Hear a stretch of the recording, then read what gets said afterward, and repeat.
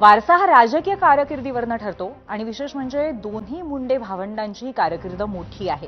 त्यामुळे आता आपण मीडिया सेंटरला जाऊयात आणि आधी पंकजा मुंडे यांचा आतापर्यंतचा राजकीय प्रवास कसा आहे ते पाहूया आणि त्यानंतर धनंजय मुंडेंचा प्रवासही आपण पाहणार आहोत. सुरुवातीला पंकजा मुंडेंची राजकीय कारकीर्द आपण पाहतोय. स्वर्गीय गोपीनाथ मुंडे यांची ज्येष्ठ कन्या अशी त्यांची अर्थातच पहिली ओळख आहे. 2009 साली सर्वप्रथम परळी मतदारसंघातनं त्या आमदार झाल्या. 2012 साली भारतीय जनता युवा मोर्चाच्या प्रदेशाध्यक्षपदी त्या विराजमान झाल्या. त्यानंतर 2014 मध्ये फडणवीस सरकारमध्ये ग्रामविकास, महिला आणि बालकल्याण मंत्रीही त्या झाल्या. 2019 मध्ये विधानसभा निवडणुकीत मात्र धनंजय मुंडेंकडनं त्यांना पराभवाचा धक्का सहन करावा लागला. पराभवानंतर राज्याच्या राजकारणापासून त्या दूर गेल्या. पक्षामध्ये राष्ट्रीय सचिव पदाची जबाबदारी त्यांनी घेतली. 2024च्या लोकसभा निवडणुकीमध्ये बीड मतदारसंघातनं त्यांचा पराभव झालेला ही एक ताजी घडामोड आहे. जुलै 2024 मध्ये विधान परिषदेमध्ये त्यांची निवड झालेली आहे आणि डिसेंबर 2024 पासून फडणवीस 2.0 या मंत्रिमंडळामध्ये पुन्हा एकदा मंत्री म्हणून त्या विराजमान झालेल्या आहेत. यानंतर आपण बघतोय धनंजय मुंडेंची कारकीर्द. तरुणपणापासूनच गोपीनाथ मुंडेंच्या राजकारणाशी परिचय, त्याच छायेखाली वाढलेले. सुरुवातीला भाजपमध्ये भारतीय जनता युवा मोर्चाचे प्रदेशाध्यक्ष. 2012 साली राष्ट्रवादी काँग्रेसमध्ये त्यांनी प्रवेश केला. 2013 साली भाजपकडनं मिळालेल्या विधान परिषद आमदारकीचा त्यांनी राजीनामाही दिला. 2014 साली परळी विधानसभा निवडणुकीमध्ये पंकजा मुंडेंकडनं त्यांचा पराभव झाला होता.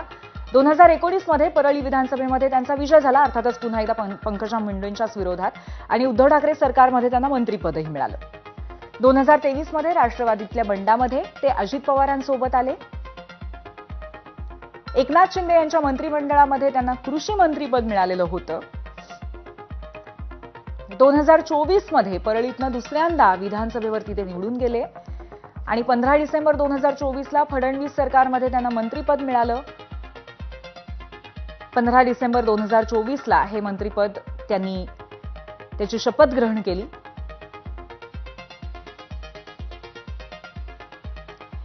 आणि या दोघांचा एकत्रित प्रवास कसा आहे, भाऊबंदकीपासनं भाऊबीजेपर्यंत आपण पाहतोय. सुरुवातीच्या वर्षामध्ये भाजप आणि भाजप युवा मोर्चामध्ये एकत्र काम दोघांनी केलं होतं. त्यानंतर गोपीनाथ मुंडेंच्या अपघाती निधनानंतर राजकीय वारसा या मुद्द्यावरनं वाद तेव्हाही उफाळून आला होता. 2012 मध्ये धनंजय मुंडे भाजपमधनं बाहेर पडले आणि त्यांनी राष्ट्रवादीत प्रवेश केला. 2014 मध्ये पंकजा मुंडेंकडनं परळी मतदारसंघात पराभव.